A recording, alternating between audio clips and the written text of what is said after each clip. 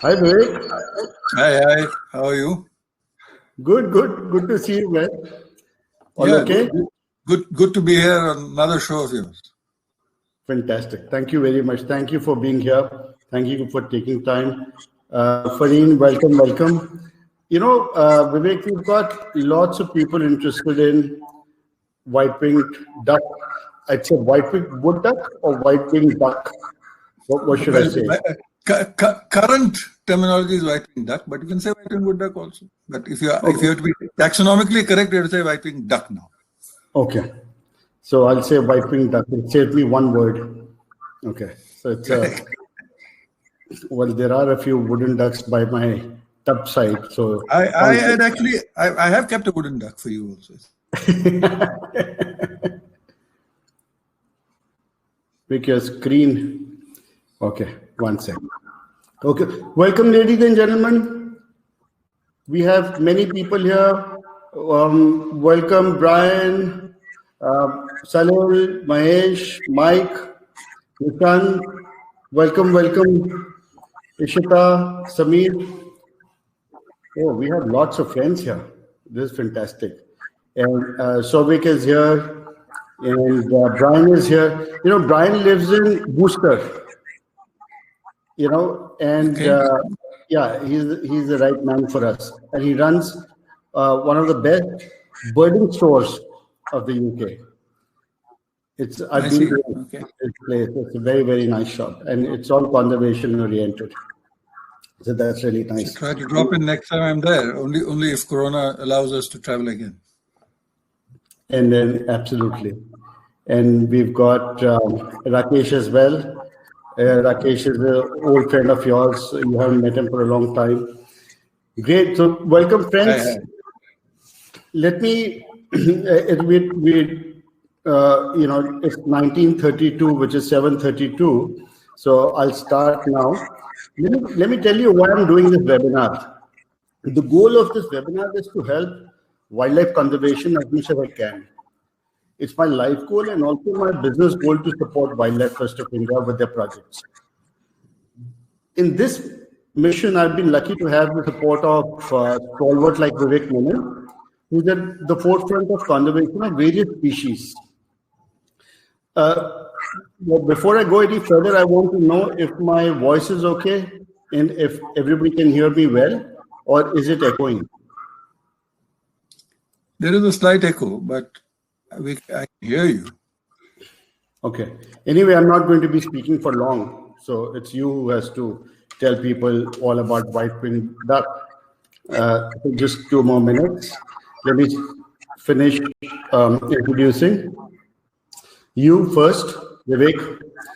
So Vivek Menon is an Indian wildlife conservationist, environmental commentator, author, and photographer with a passion for wildlife. The founder of 5 environmental and nature conservation organizations, Menon is the founder and executive director of Wildlife Trust of India. He's the author and editor of 10 wildlife books and hundreds of articles on natural history. I'm going to paste a link here in the chat for people who want to know more about Vivek. And it'll take you to a landing page where Vivek's profile is there. And you'd be able to know more about him as we go along. So shall I introduce myself, Vivek, or everybody would know me already? I think I should. No, go ahead and introduce yourself. I'm Mohit Agrawal. I'm an experiential ecotourism specialist with deep love for nature. I help people travel to some wonderful places in Asia. I'm the founder of Asian Adventures, which is a 26-year-old travel company. It is the largest and #1 bird watching tour company in India. The company is on a large mission to help Asian elephants with the corridors with Wildlife Trust of India, free the Himalayas of plastic waste, and help small wildlife NGOs, and also save the ancient Himalayan shrines. So this is my introduction. I have a few questions for Vivek. Vivek, everybody thinks you're an elephant man. Why this duck all of a sudden?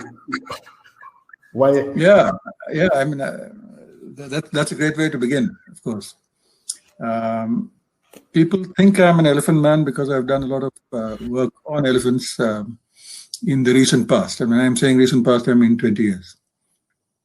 People think I'm an elephant man because I'm the chair of the Asian Elephant Specialist Group, all of which is true. But my first passion was birds, and I got into natural history, not the professional part of it, but the natural history thing through birds. And from then to now, I've had an abiding love for birds and bird watching. So apart from my elephant and mammal this thing, I'm also an inveterate bird watcher who uploads on eBird even if I go out for a walk. Apart from that, my first scientific training professionally for my post-graduation was on birds. And I started doing something on the Brahmini kite in the late 80s, and then also did something on the birds of the Delhi Ridge. So really, birds have been an absolute, part of my own career. But not only that, we are talking about projects of the Wildlife Trust of India, and Wildlife Trust of India runs projects on birds and fish and mammals and now frogs. And everything in between, and I'm equally committed to all of them. So it's not as if we have our personal favorites. Nature is a chain of wonderful beings, and to be in conservation, you have to be in love with all of them, I think. So the white-winged duck is just as much important to us as an elephant.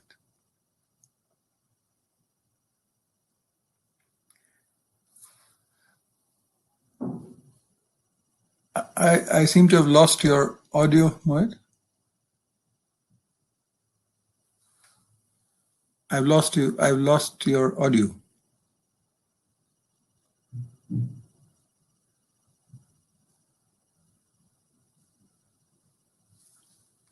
I don't know whether it's something at your end or my end. No.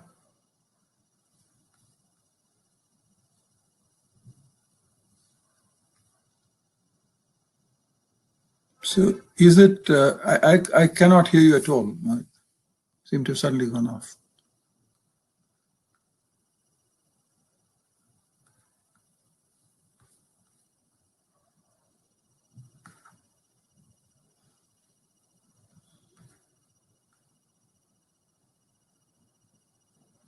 Yeah, I think it's not, there's some people saying that we can't hear you, to you, Mohit. Can people hear me, or is it just me?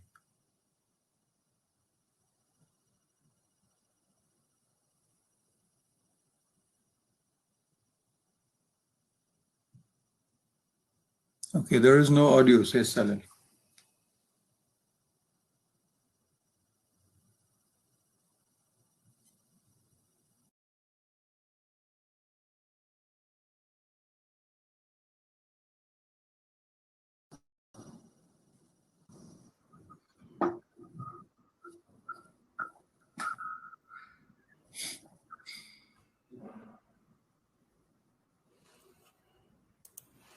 Vivek, I'm back. Yes, you seem to be back. Yeah, so now you can hear me, right? Yes, now I can hear you, yeah. Okay. So there is a system called panic button here. If you go off, if somebody goes off, I can reboot the system. So friends, I'm back, and my question to Vivek was, tell us more about white-winged duck. Why is it so special? Yeah, do you think we should wait till others get back on, Mohit? Is everybody back who were there, you think? Yeah, they're still there. Okay, they're still there. All right, okay. So if everybody can hear me again, let's start with some of these details of the white-winged duck now. So why is the white-winged duck special? That's what Mohit asked me. And again, let me actually move away from the white-winged duck for a minute and go back to the general bird scene of India. When I started, there were 4 species when I started my career, which were supposed to be extinct. in India.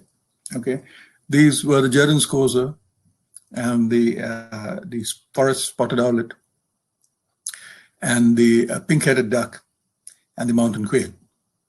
And in the intervening years, the good news is that the forest owlet has been rediscovered and is doing very well, thank you. So it's not only not an extinct bird, but seems to be there in reasonable number in some pockets of India, central India. The Jerdon's courser was rediscovered even while I was doing my work on birds by my colleague Bharat Bhushan in those days. And unfortunately, we seem to have lost it again, or at least we don't seem to be seeing it again as of now. The search is still ongoing before we say that it's again gone extinct. But it's something that's just come in and out. And the mountain quail and the pink-headed duck have not been seen.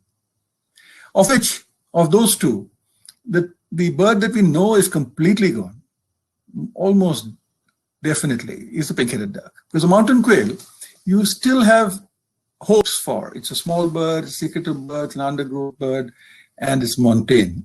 It's in the mountain region. So perhaps under some mountain shrub, they're scuttling around and we've not heard them or not seen them.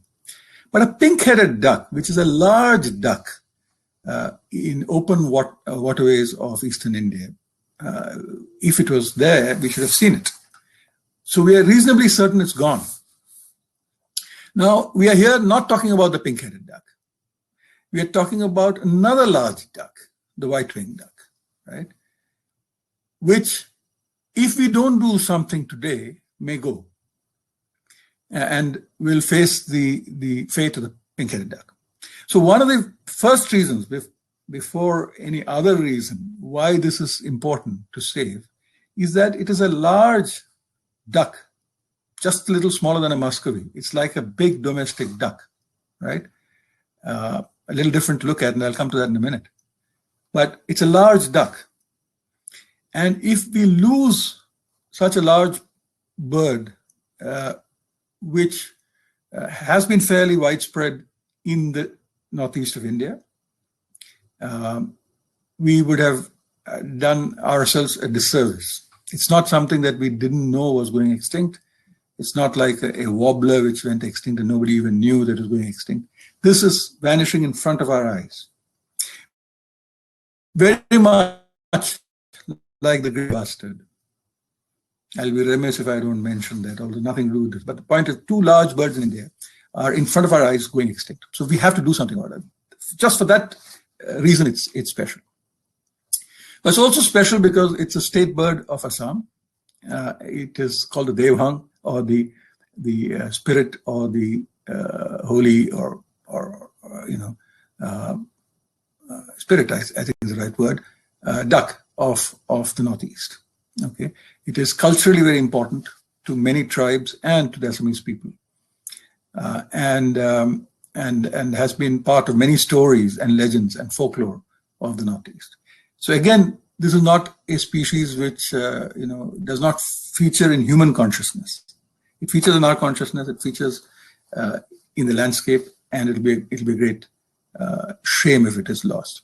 So for both these reasons, to Assam, I would say the white-winged wood duck is the bird or avian equivalent of the rhinoceros. The rhino, the gaur, is the pride of Assam.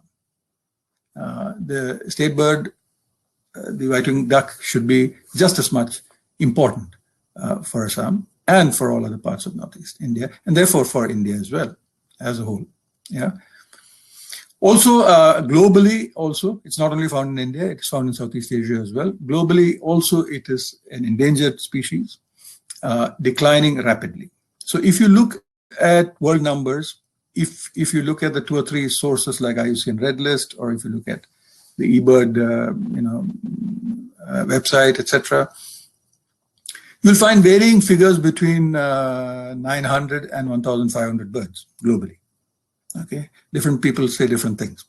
The most positive thing you can hear is 1,500 birds globally, of which the most positive thing you can hear about India is about 500 birds. Most positive, 450 to 500 birds. Okay, But we know, those of us who have worked in the Northeast long enough, that that is possibly an exaggeration. We probably do not have 500 birds. Or if there are 500 birds in India, we don't really know where they are.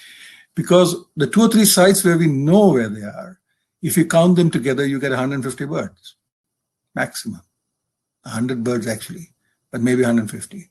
But it does not go anywhere near 450 or 500 birds. So we know that there's a problem.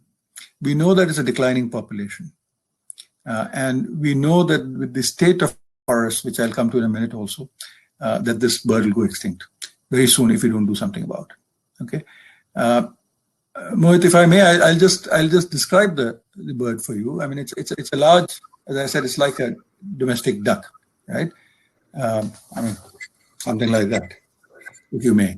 Not painted. I mean, somebody has to paint it the right color. But anyway, it's a large duck, okay, and it's called white-winged because it has the underwings on both sides are white, and even above there are several coverts which are white. So in flight and even when sitting, you will see white in the wings. Okay, but it's also got a white head. It's also got a white head, sometimes speckled, sometimes got a lot of black on it in terms of speckles. But it is predominantly a white-headed and a white-winged bird with predominantly a dark rest of body. But the dark rest of body is not, I mean, it's not all black actually. The neck is rather black and the upper parts is rather black, glossed with green iridescence. And then there's a chestnut remaining part of the body. But at first glance, it looks like a dark duck with white in its wings and white on the head. Yeah, as I said, reasonably fairly white. The other very interesting thing about this duck is its call. Yeah, and it has got a very eerie call. The male and the female have different calls. So the male has a honk like a goose. I mean, you could be forgiven if you think it's a bar-headed goose or a grey-lag goose when it calls. But the female has a very elongated hee call, right? I don't think I sound like a duck, but it's not really a loud honk, but it's a call which carries a long way, possibly used during its breeding, call to call the mate, and it carries a very, very long way, which is why it's called a spirit duck. The calls echo through the forest that it is in when it is there. So this is the bird we are talking about. Perhaps the other thing for you to know also is that it is a bird of undisturbed forest largely in India.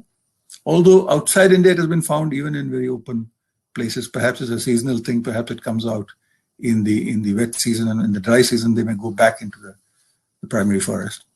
And in the forest they like not fast-flowing streams or rivers, but they like pools and stagnant water. They need water to be still. So they need still water, large trees, and in that is where this duck seems to survive, where we know of it in India. So, Mohit, does that answer in a long way your question as to why? Yes, Vivek. My experience with white-winged duck was 12 years ago when I was in Nameri, and I had to walk through the forest to get to a very silent pool where I saw it. And it's a fairly shy bird, didn't allow very close access, but it was okay to see it. And that was the only time I saw it. Nameri is one of the few places where people do see it in India, even now. Yeah. So what sort of habitat, where is it found only in Assam or other parts of Northeast as well? Yeah, at some stage where you can put up one or two of those slides which can show you some of the maps. But yeah, it's in Assam, we know it exists even today in 2 or 3 places. We are reasonably certain it exists in a couple of places in Arunachal as well. And there is absolutely no reason why it should not exist in all the adjoining lowland forests of Arunachal. So wherever in Assam it has been found, in the lowland forests of Arunachal also, it should very much be there. In the past, it has been reported from Nagaland, it has been reported from Meghalaya, it has been reported from Manipur, but one sighting, 2 sightings. So you can't really say it exists, and none of these sightings are recent. So all the recent sightings are in Assam and some in Arunachal. So we know that just that, the foothills of Arunachal, floodplains, and then up to the plains of the Brahmaputra. So that's where it exists really in a broad sweep of Assam and Arunachal border, going right up to Myanmar. And then, of course, as I told you, it exists in Southeast Asia and Myanmar. It used to exist in Bangladesh. We don't really know what the status is there now. In Cambodia, which is another place where you can see it today, and Thailand, where you can see it today. So in some parts of Southeast Asia, of Indochina and Southeast Asia, still exists in little pockets. Excellent. So that's good information, that's good food for thought. People who travel to Thailand and to other countries should be prioritizing their birding towards white-winged duck, putting it on their target list. I want to know what is WTI doing about it? Do you want me to put a slideshow on and then you could...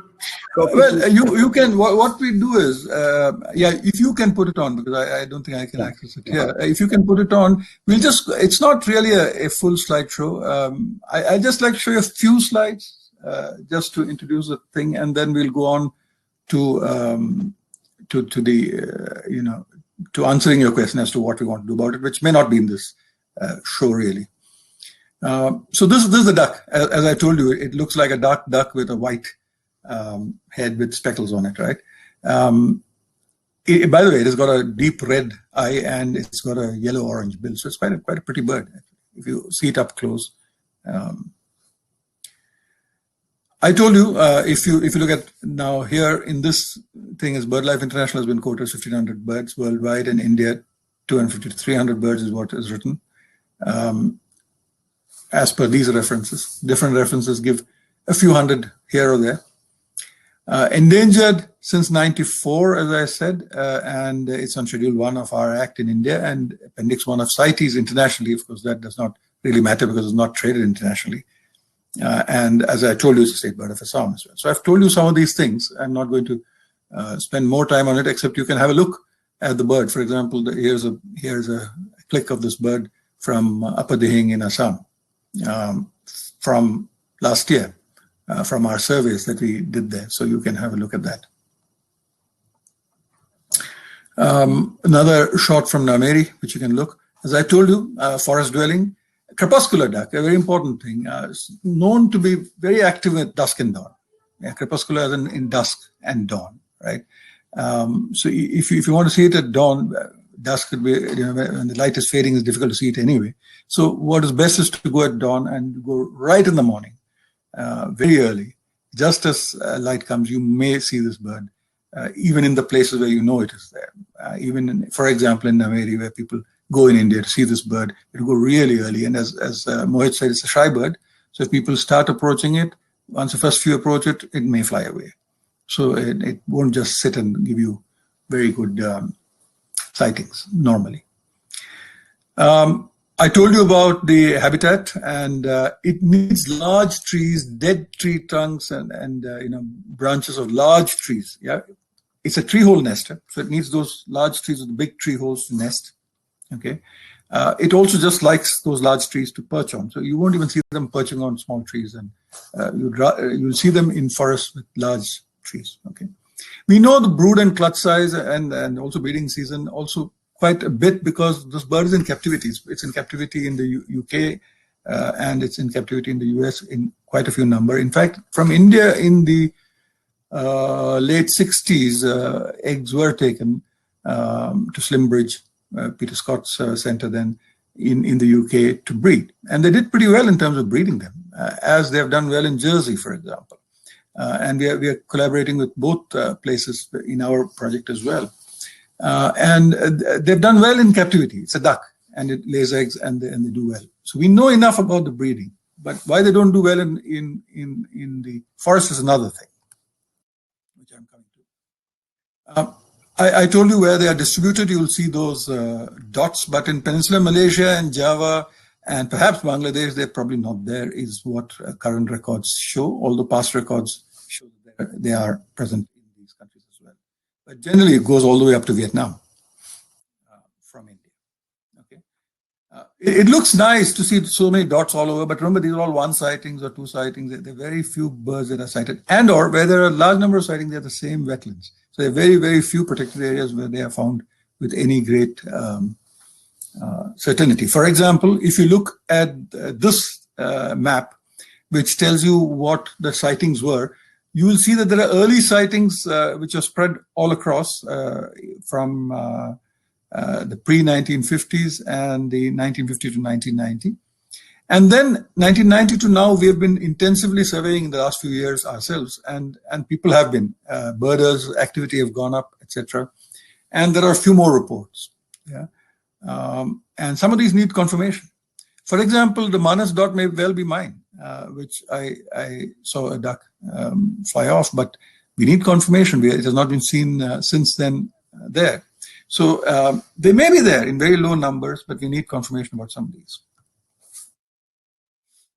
So if you look again at the IUCN Red List, which has made it endangered, it says 100,000 plus square kilometers, 125 or something like that, 1,000 square kilometers. But if you look at our work, which is starting to define it a little more, currently, and mind you, we're nowhere near the end of the survey at all. We've just done the Assam part, which we know a little bit for the last 2 years. And I'll go on to what we are going to do now.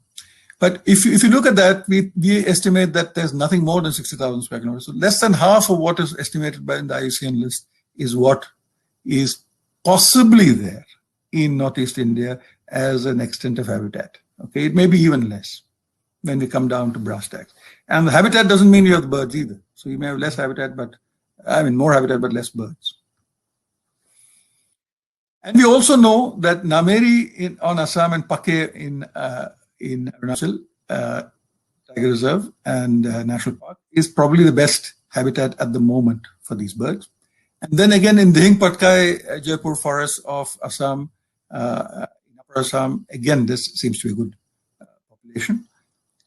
Dibrusaico supposedly had, but has not been seen in recent times in any large number at all.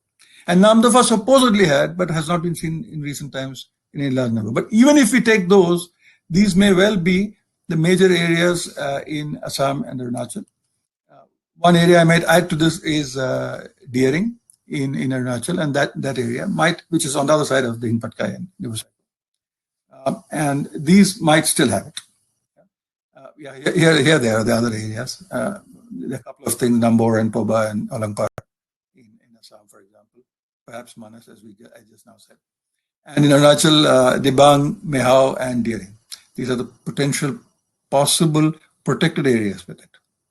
Mind you, these are the protected areas. So if you want to conserve this bird, these may be the areas we need to look at. But the birds may be found outside. It may be found, as in Southeast Asia, in paddy fields, right?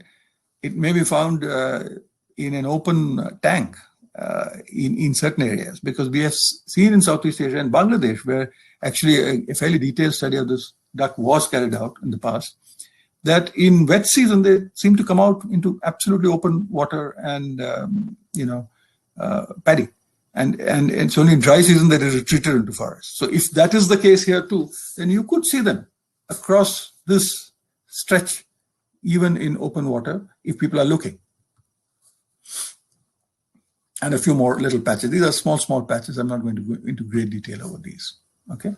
The threats, Mohit, if it was one of your next questions, let me answer it anyway. The threats are that the forest is being lost. These large trees are being lost. There's some statistics here on Assam and Arunachal Pradesh, but anybody who knows Northeast India knows that the level of deforestation is very high. It's like you talk about the Amazon globally. In India, you talk about Northeast India in terms of forest cover that is there, also highest there, and forest cover that's being lost, also highest there. So this is a place where large forests are there still, but are in danger. Yeah, and most of the reserve forests, which are not sanctuaries or national parks. Sanctuaries and national park are protected areas of India, which are fully protected. The reserve forests are forests which have been notified, but are not sanctuaries or national parks, not part of the formal protected area system of India. These are degraded, vulnerable. There's logging, there's encroachment, and the swamps and marshes, there's those still pieces of water. That is something people don't like. You know, it's a funny thing. It's like rainforest people want to protect, But people don't want to protect swamps because it's muddy. It's got, stagnant water. People don't like scrub, for example, the forest of Delhi, the city I live in. Excellent old mountains and old scrub forests. But scrub is something people don't like. It's like an unshaven visage. People like to take it off because there are no big trees. Similarly, so marshes, grasslands, these are all systems that people don't like. Okay. And in these areas, of course, are a large number of dams which have been coming up. So all these reasons are reasons why they are threatened. And there are some more things that you, sorry, this is the same. I'm sorry, I don't, okay. So these are the visuals coming up for the dams and the forest loss. I just lost the thing. Plus, we know that some areas in Upper Assam are also some of the most critical oil-producing areas of India, and that these are, both oil and open-cast coal mining is threatening their habitat. Apart from things like pesticide use, although we don't really know whether pesticide is affecting white-winged duck, there's no real correlation, but we know it would be affecting because it leaches into the water. So these are really the threats. Okay. There have been opportunistic hunting and poaching, and I remember going through a part of Arunachal and asking my bird guide there, whether he had seen any, and he said my elder brother actually had seen, and in fact we had caught it, and in fact he had eaten it. So I was horrified, and I said, "Good God!" I mean, it's a part of India where Wildlife Protection Act is there and is enforced, but may or may not be respected by the tribal communities, and it's very difficult to enforce in those remote areas. But it shows that the thing is there. Yeah, it shows that they're seeing the duck, they know the duck, they are actually even catching it and perhaps eating it, some of them, right? So that's another major or a threat. But I think really what we need to know at the moment is, where are they actually? What is the number? Are we talking 1,500 as people are saying, or are we talking 400, or are we talking 150? We really need to get a fix on broad these things. I mean, I'm not saying every single duck needs to be counted, but we need to know, are we talking 150, 200, are we talking 400, 500, are we talking 1,000, 1,500, right? We also need to tell the people of Assam specially, but also Arunachal, but Assam specially because it is the state bird of Assam. We need to tell the people of Assam that this can go. This can go. And you may be the first state in India to lose a state bird if you don't do something about it, right? We, in Wildlife Trust of India, we did a major project with Chhattisgarh on the wild buffalo, which is a state animal of Chhattisgarh. At the time we started, there was just one female left. And we had to tell the people of Chhattisgarh and the polity of Chhattisgarh that you may lose the state animal if you don't do something. Luckily, slowly, very slowly, over 10 years, it's slightly coming back. Nowhere near safe, but it's slightly better than when we started. We need to do something like that here. So the time has come where we have to do something. The good news is it's not as bad as a bustard. So bustard, we had left it almost too late, although I'm an optimist and I hope the current conservation efforts will pull it out even at this late stage.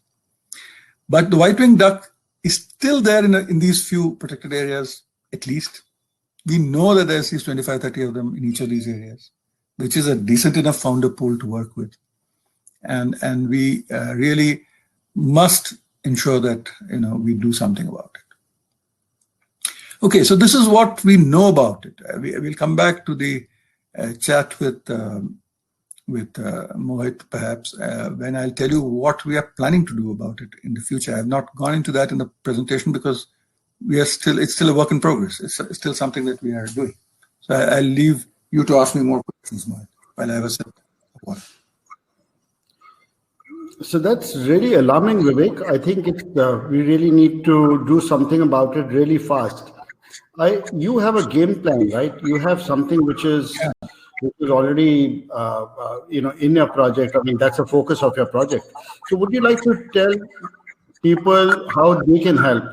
What is it that you're looking for? What sort of expectations you have, and what sort of results? What would be the delivery? At the end of your research or the project, and how long will it be for? Yeah. Yeah, the project, Mohit, we must not even, at least I tend not to use some words. I dislike some words because they've been overused and we don't actually do much about it. One of the words I dislike is more research. Yeah, it's not that we don't do research. We do research. Research is good. Science is good.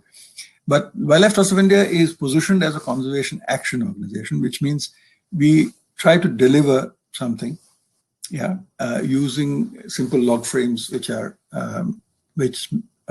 more in the form of private sector delivery. That means there is an impact, and you have to achieve it in X number of years. Now,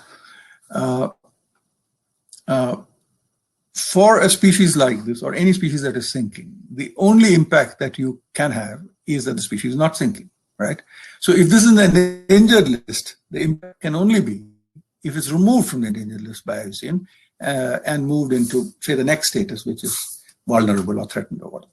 And it'll still be a threatened species, but it'll be vulnerable if we can manage to downlist it. How does that happen? It can happen if you have more, then you find that baseline of what you have actually.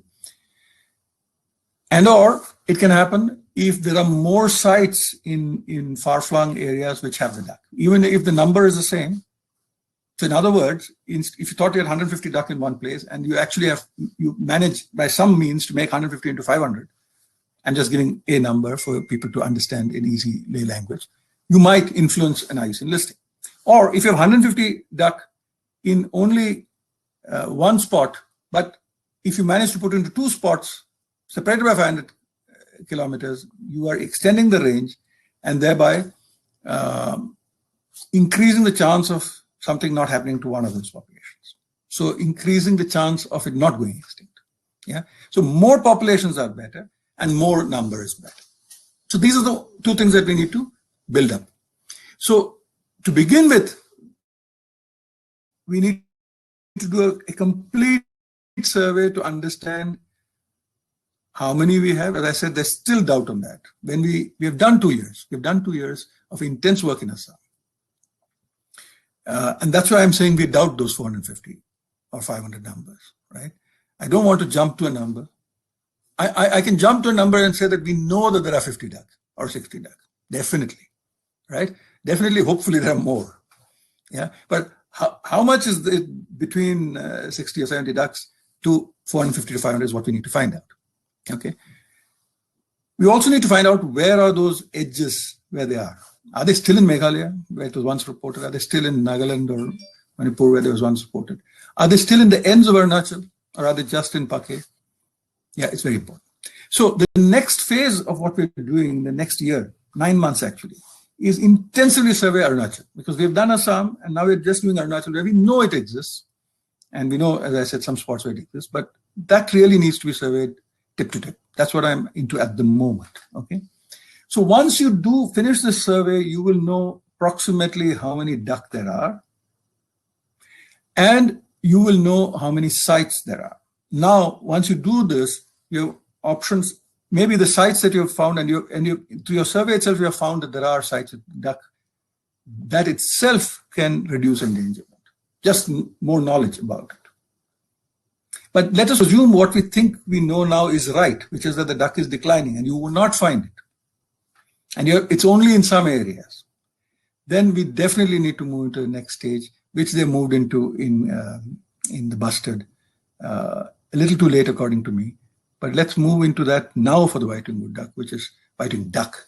Even I'm making the mistake, Mohit, of being older and referring to the older name.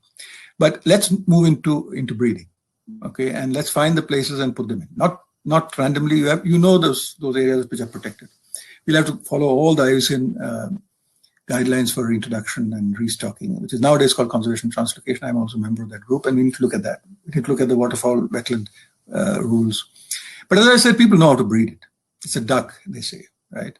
So they can breed it. So let's not make the mistake of letting this go extinct, watching it and protecting the wild while letting it slip. So that's a broad philosophy.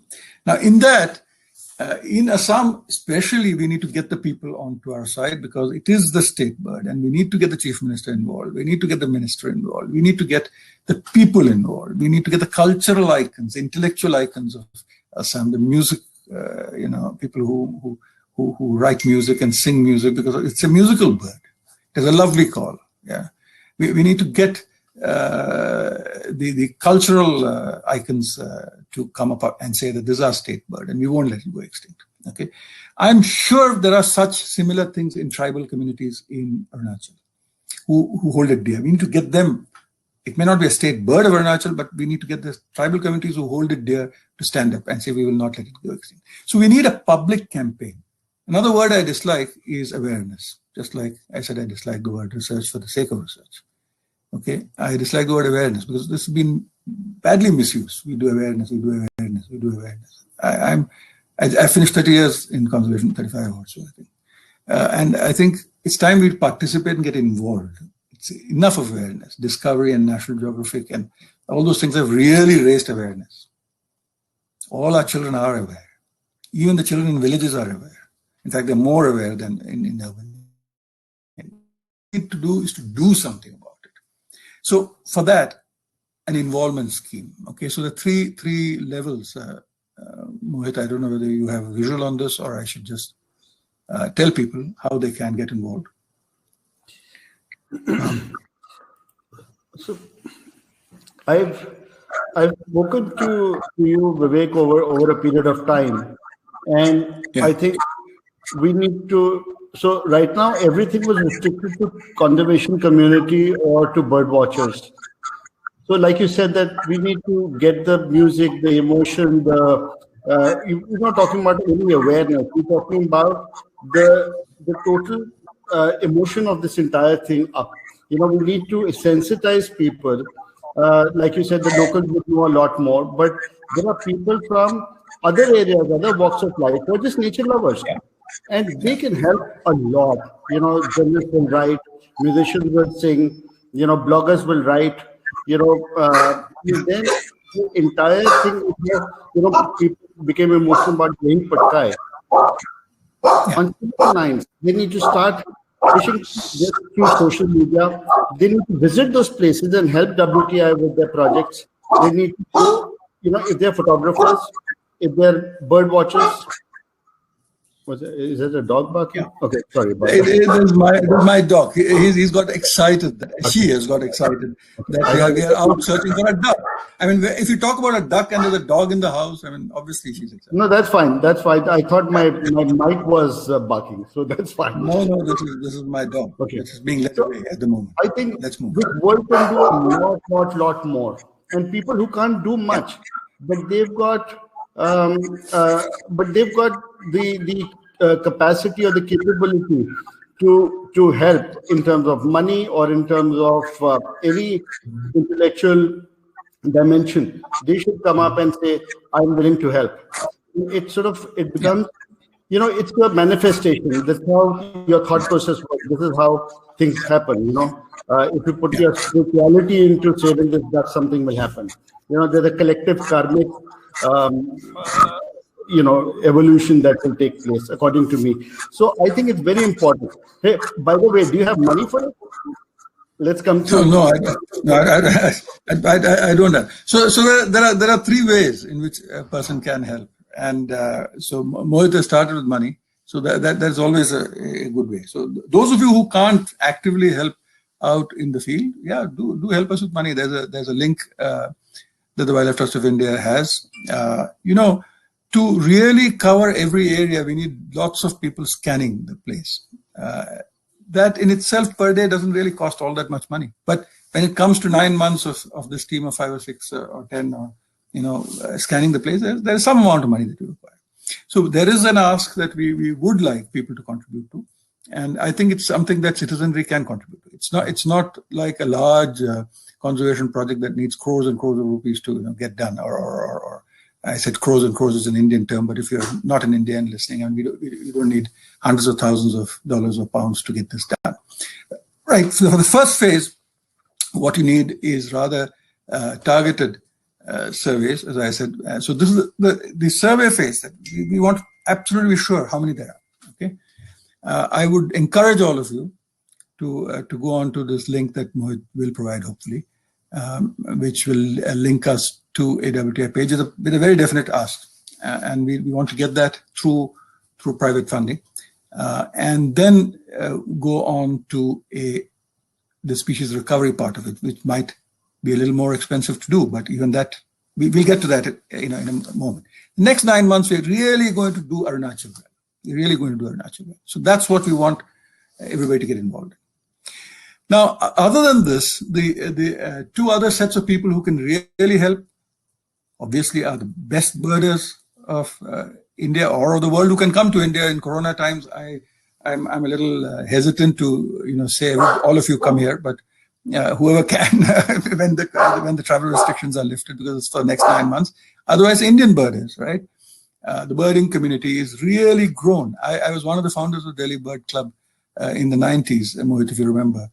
And my mother used to make cucumber sandwiches and a flask of coffee, and 5 people used to turn up. Now I believe there are hundreds of people who go in for birding walks and stuff like that in Delhi alone. So the birding community has really grown. I know there are centers like Bangalore and Pune and all that, which lots of very good professional birders.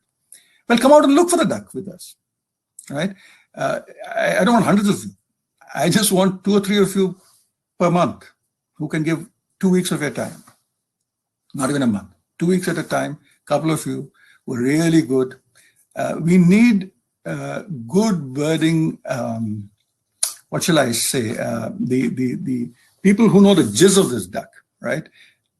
People who have good intuitions and hunches. Because we know good birders have those, right?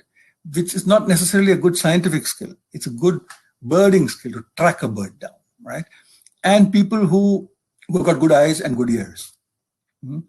People who can walk in the Northeast during monsoon. When we held our first planning meeting, the chair of the duck specialist group, Glenn Young, who has worked extensively with this duck in Jersey, in captive breeding. Actually, he's an expert on writing duck. He's now the chair of the entire duck specialist group of the world. When he came to us, and we were having this meeting, and he looked at our table of survey, and he said, "Why are you not surveying, between this month and this month, between April, May, and October?" And people in Assam said, "Oh, that's a monsoon." And he said, "But if it's the monsoon is the time when the duck calls."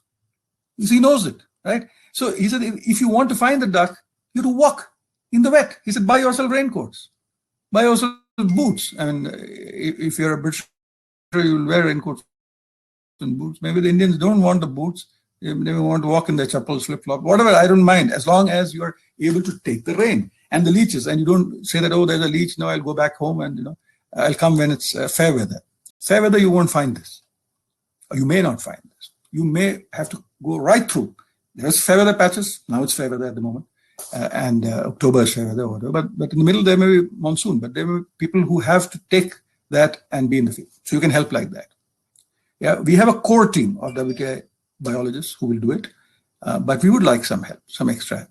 You can't give 15 days of your time, but you want to do something. Let's go on to the other set of nature people who have grown in India exponentially, like the birders, even more than the birders, other photographers, people with long lenses, right? I have a long lens too, but I'm a professional who does this for a living. But there are many people who are not a professional who still have long lenses, right? Who like to go and just photograph things, animals, birds, other things. They don't know very much about any of the things they're photographing, perhaps, but they still want to photograph. They may know a lot about photography. Well, go out and find this bird for us. Don't join us. Do your own thing. Look wherever you want. We'll give you all the past records, right?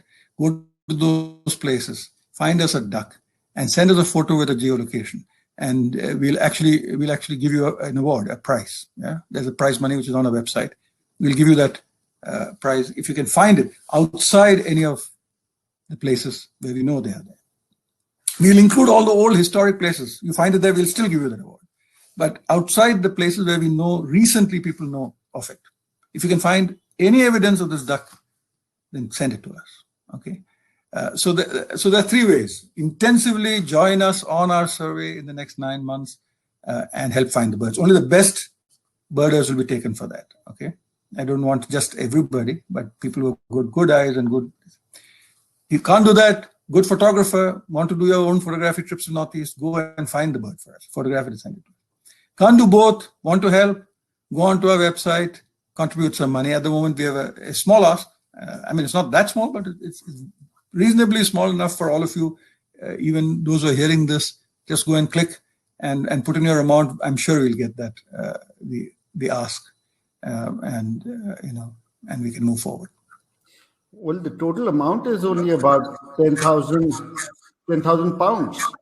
So even if you get, let's say, 20 people or 10, 15 people to put in some money, it will, it'll fill up the kitty, and you'd be able to do your work so smoothly, So friends, I posted the link here, and if you can help with money, or if you don't want to, but you could get people to contribute for this research, it'll be fantastic. Because then this is the first leg of this entire conservation journey of this work. And if we complete it, then we move to the next one, which is the larger game plan as to what we want to do with it. So I think it's a no-brainer game. First is have fun, go look for those birds. Second is get some money into the kitty. And the third is get involved. Just be there. Be there for watching. I think that's the point. And these are the three offers we are making now. But if any of you have got a great idea that you will contribute in this manner, come forward and just write into us. I'm an elephant person, people say, but I am the principal investigator also of this project, and I'm taking personal interest. I'm going to go out there next week, right? I'm going to start this survey. I'm going to be the first. I'm not a wildlife staff posted in Assam, but I'm going to fly out there and I'm going to join this. So all of you can join me. I'll again go, somewhere towards the end of the survey and again do a part of the survey myself. So come and join me while I'm at my work. That'll be good as well.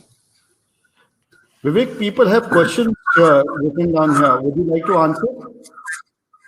As long as I can wear my specs, I may be able to read. All right. The very first one, there's a slight issue. I'm 17 years old. Can I join? I think we have said 18 and above. I'm afraid in Corona time, especially, I don't think we can, at the moment, take under 18s. Please wait a year, and maybe for the next thing we'll take you. Over 18, yes, no age bar, as long as you're fit.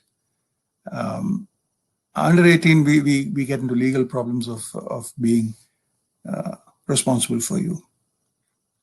Somebody else has said, as a filmmaker, blah, blah, blah, blah, can you do something and take action? Yes, of course you can.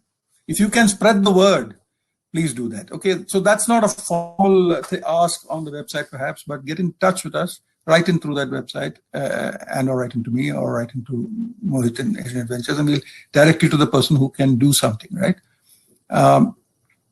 Has this, in Northeast, has this search been published or broadcasted? So this search for the next 9 months, we are telling people now, today. This is the first time we're telling the world, okay? It will be, okay? The last 2 years, the thing in Assam has been widely covered in Assam media. But this particular thing that I've just told you now in Arunachal, what we're going to do on the border of Assam, we are going to start that right now, okay? What makes the white-winged duck a unique duck species behavior-wise? Well, I told you what we know. Yeah, I told you what we know.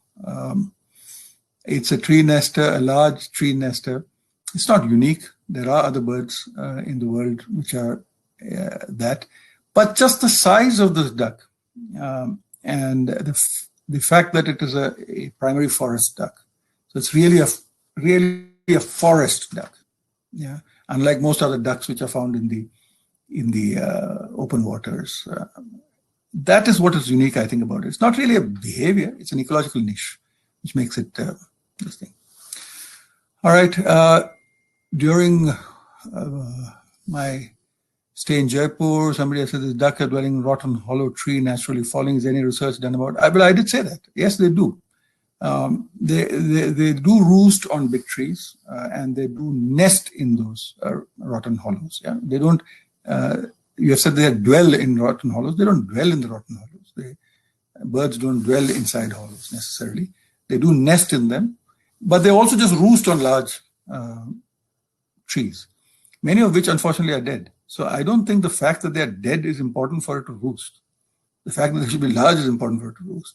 But for getting large hollows, dead vegetation might be good. Okay.